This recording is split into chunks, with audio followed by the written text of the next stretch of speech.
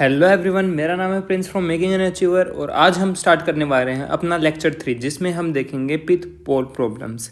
इसमें क्या होता है कि एक स्ट्रिंग के थ्रू हम एक बॉल को लटकाते हैं, दो बॉल्स को लटकाते हैं और उनके बीच में रिपल्शन होता है क्योंकि हमने उसको चार्ज दे रखा होता है। तो यहाँ पे आगे क्या होता है कि ये एक एंगल थीटा है, तो यहाँ पे स्ट्रिंग में कुछ टेंशन होगी, नीचे की तरफ एक फोर्स लग रहा है mg और बाहर की तरफ एक फोर्स लग रहा होगा Fe, इलेक्ट्रोस्टैटिक फोर्स है एक।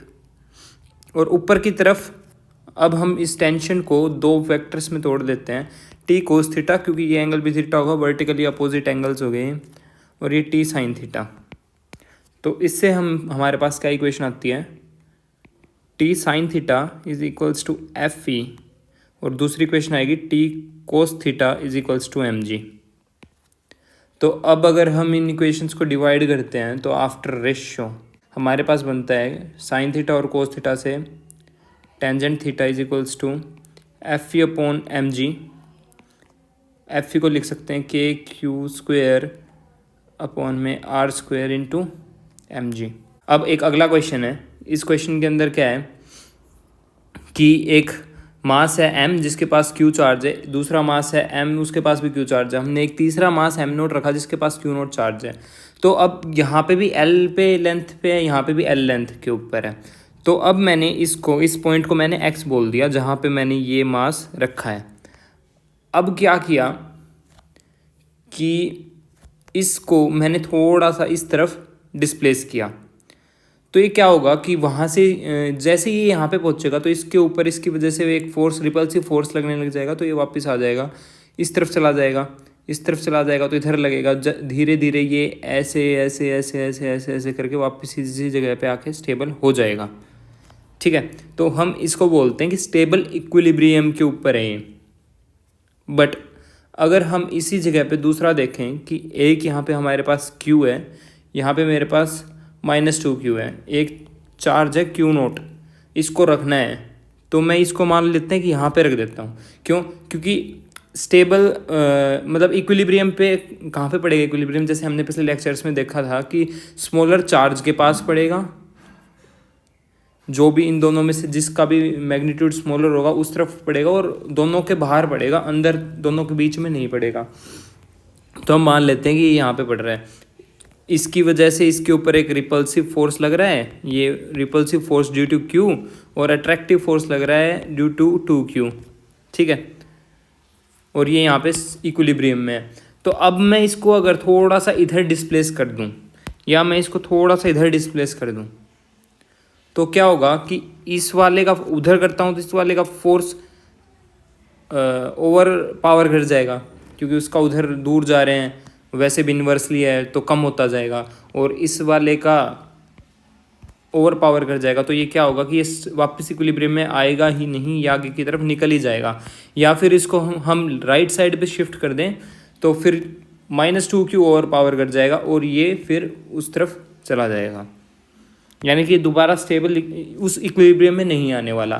तो उसको हम क्या बोलते हैं, अनस्टेबल इक्विलिब्रियम बोलते हैं।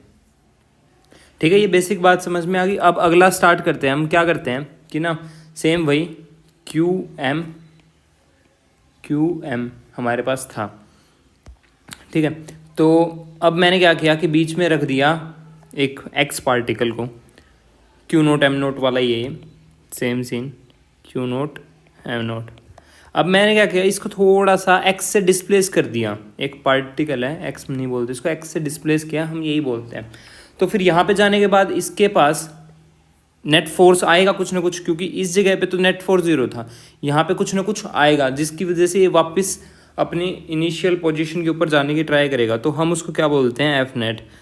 ये इस क्वेश्चन में हम एक्चुअली टाइम पीरियड निकालना चाहते हैं इसका, कि ये वापस आ जाएगा, इधर चला जाएगा, इधर आ जाएगा, इधर चला जाएगा, इस चीज़ का हम इसके लिए टाइम पीरियड निकालना चाहते। तो इसके ऊपर, इस पॉइंट के ऊपर नेट फोर्स क्या लग रहा होगा, KQ1। अब अगर इसको आगे हम सॉल्व करते हैं तो Q note L square plus x square plus 2x minus L square minus x square plus 2LX divided by L square minus x square का ब्रैकेट में एल स्क्वायर से एल स्क्वायर जाएगा, एक्स स्क्वायर से x square जाएगा, तो हमारे पास बचेगा 4LX। ठीक है, तो इसको आगे सोल्व करके लिख सकते हैं हम के Q note 4LX will be divided by L की पावर 4 को हम ये लिख सकते हैं क्योंकि x इतना कम है कि हम इसको नेगलेक्ट कर देंगे, तो इसको हम एल क्यूब पे कट कर देते हैं, cube will be our answer.